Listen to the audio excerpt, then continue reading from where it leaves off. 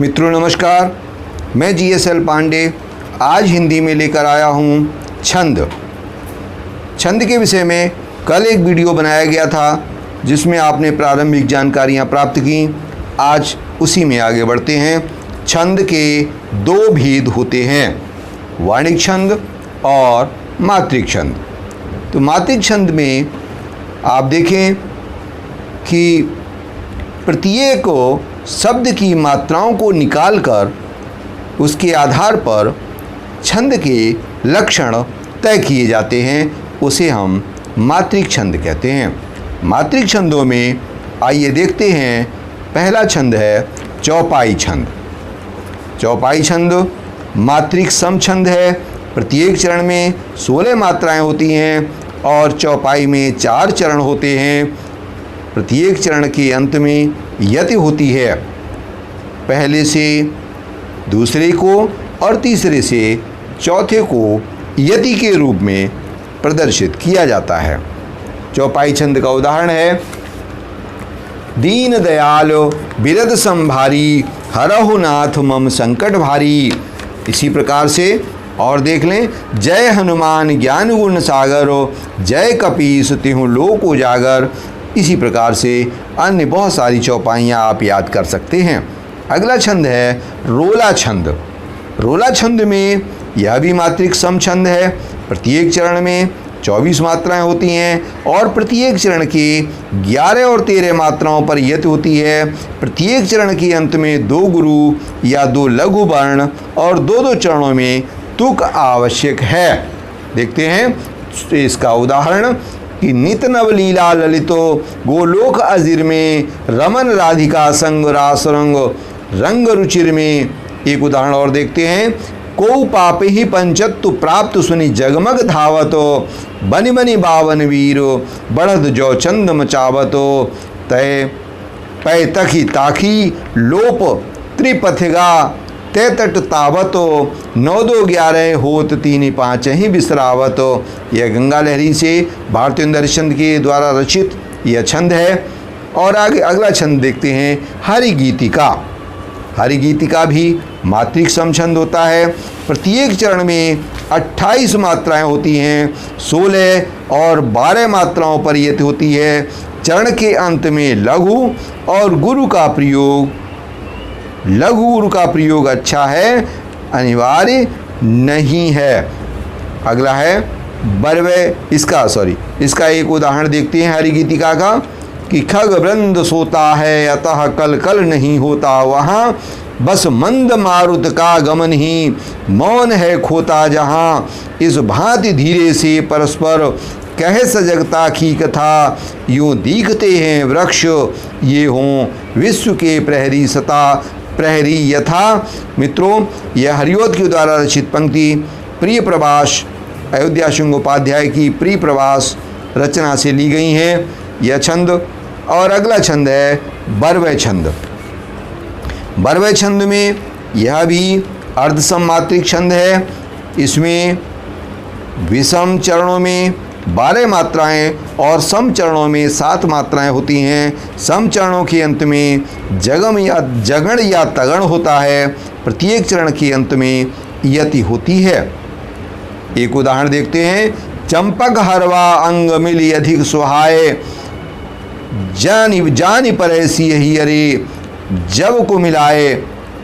यह उदाहरण बरवे रामायण तुलसी के द्वारा रचित है। और अगला छंद देखते हैं दोहा छंद। दोहा छंद बहुत प्रसिद्ध छंद है। यह प्रायः भक्ति काल के सभी कवियों ने इसको रचा है। यह भी मात्रिक अर्धसम मात्रिक छंद है। इसके विषम चरणों में 13 और सम चरणों में 11 मात्राएं होती हैं। अर्थात पहले और तीसरे चरण में 13 मात्राएं, दूसरे और चौथे चरण में 11 मात्राएं होती हैं। चरण के अंत में यति होती है। विषम चरणों के अंत में जगण वर्जित है। सम चरणों के अंत में लघु आवश्यक है। सम चरणों में तुक रखा जाता है। इसका उदाहरण देखते हैं। श्री गुरु चरण सरोज रज निज मन मुकुर सुधार वर्णो रघुबर विमल यशो जो दायक फल चार। अगला उदाहरण एक और देखते हैं। श्री गुरु गोविंद दो खड़े, गुरु गोविंद दो खड़े काके लागो पाए। बलिहारी गुरु आपने जो गोविंद दियो बताए। यह दोहा छंद कबीर के द्वारा रचित है और पहला छंद तुलसी के द्वारा रचित है। आगे देखते हैं सोरठा छंद। मित्रों, यह दोहा का उल्टा माना गया है। इसके पहले और तीसरे चरण में 11-11 मात्राएं, दूसरे और चौथे चरण में 13-13 मात्राएं होती हैं। इसका उदाहरण देखते हैं। उदाहरण इसके कम मिलते हैं, फिर भी तुलसी ने अनेक उदाहरण दिए हैं। नील सरोर हो श्याम तरुण अरुण बारिज नयनो करहो सुममोर धाम सदा क्षीर सागर शयन।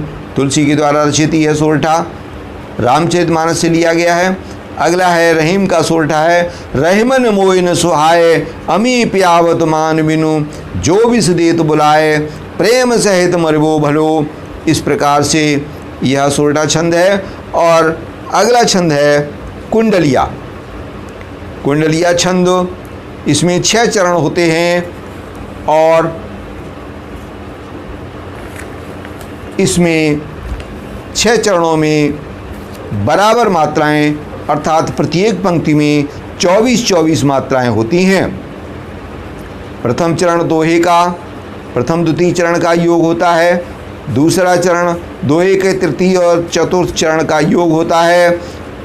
तीसरा, चौथा, पांचवा, छठा चरण रोला के चरण होते हैं। दोहा का चौथा चरण रोला के प्रथम चरण में दोहराया जाता है। दोहे के प्रारंभ का शब्द रोले के अंत में आता हुआ दिखाई देता है। अर्थात कुंडलिया छंद का पहला शब्द और अंतिम शब्द एक ही होता है। देखते हैं इसका उदाहरण। कुंडलिया गिरधर की कुंडलिया है। ये साईं शब्द से प्रारंभ हो रही है और अंत में भी साईं शब्द आएगा।